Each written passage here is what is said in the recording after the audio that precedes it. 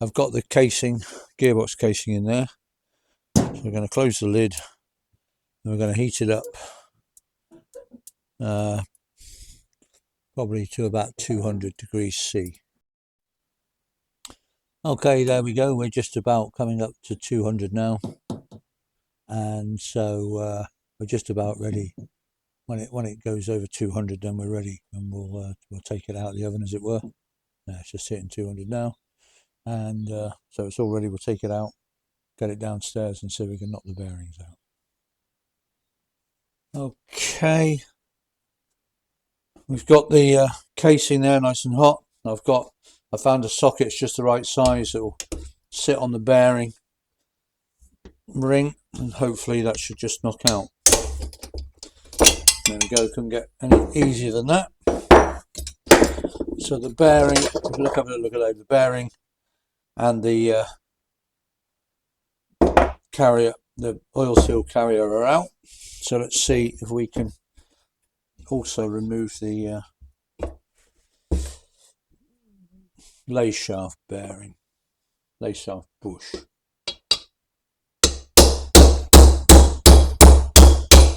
Yeah, that was a bit tighter, but we got the lay shaft bush out. Oh, the oil seal carrier. This seems to be can't work this out.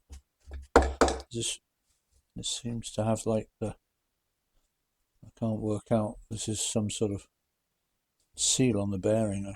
I'm sure that should be separate, but doesn't seem to want to. Maybe that's how it is made. Maybe that's why it's so rare, that it's got this sort of covered side on one side. My own camera there. It's covered that side and like open that side. I thought it doesn't seem to want to be coming out really, so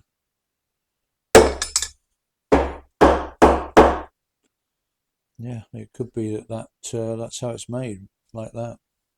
That's probably why it's so rare.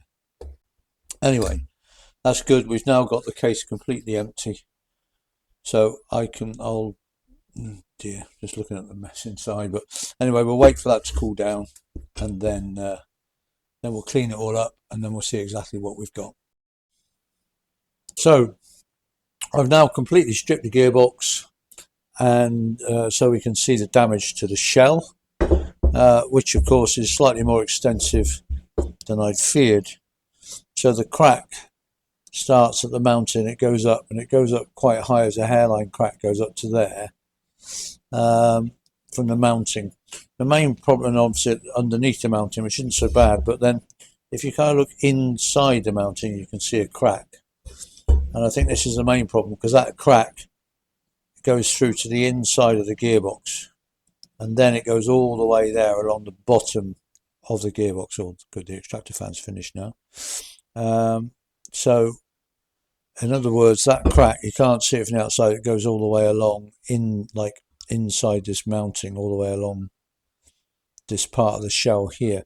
So I'm not sure how we would even get in, to make sure that's welded shut, that crack, because access, you can see it. You can't see this end of the crack, if you know what I mean, to get a welding rod in. And as we say, the crack goes quite a way up the side. But anyway, that's what we got. So we'll see. We'll take it from there. See whether we can mend it or not. I have found someone who has a replacement gearbox. The question is, do they want to sell it? And if they do want to sell it, how much they want for it?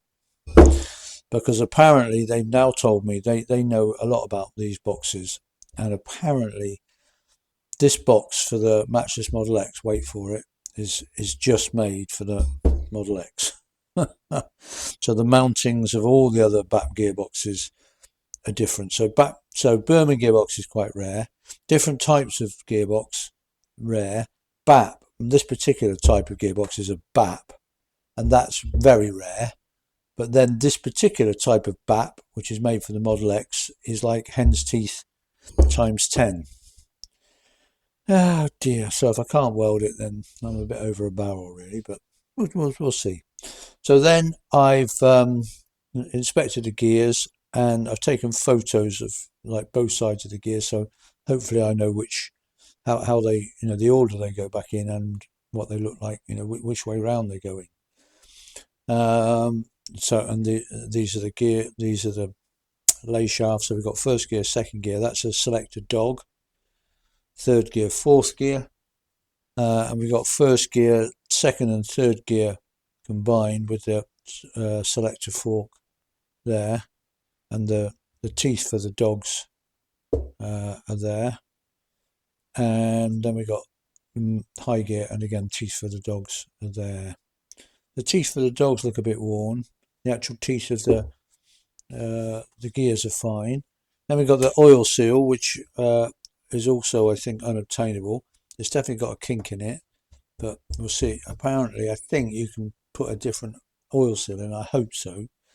Then we've got the selector shaft, and then we've got this very strange main bearing, and it would appear that this I can't get it off anyway, this cover, which I thought was part of the oil seal, but is apparently kind of part of the bearing.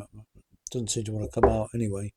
And that's the phosphate bronze bush. I think it's phosphate bronze. Can't say that, for the lay shaft. So we've basically stripped just about everything out. I think the one thing I've left in, this is a bush for the selector shaft. It's a sort of steel bush which I've left in down there. Anyway, that's what we got. So I don't know. I think we take it to a specialist welder, and if we can find one, and see what they're saying. Can this be repaired or not?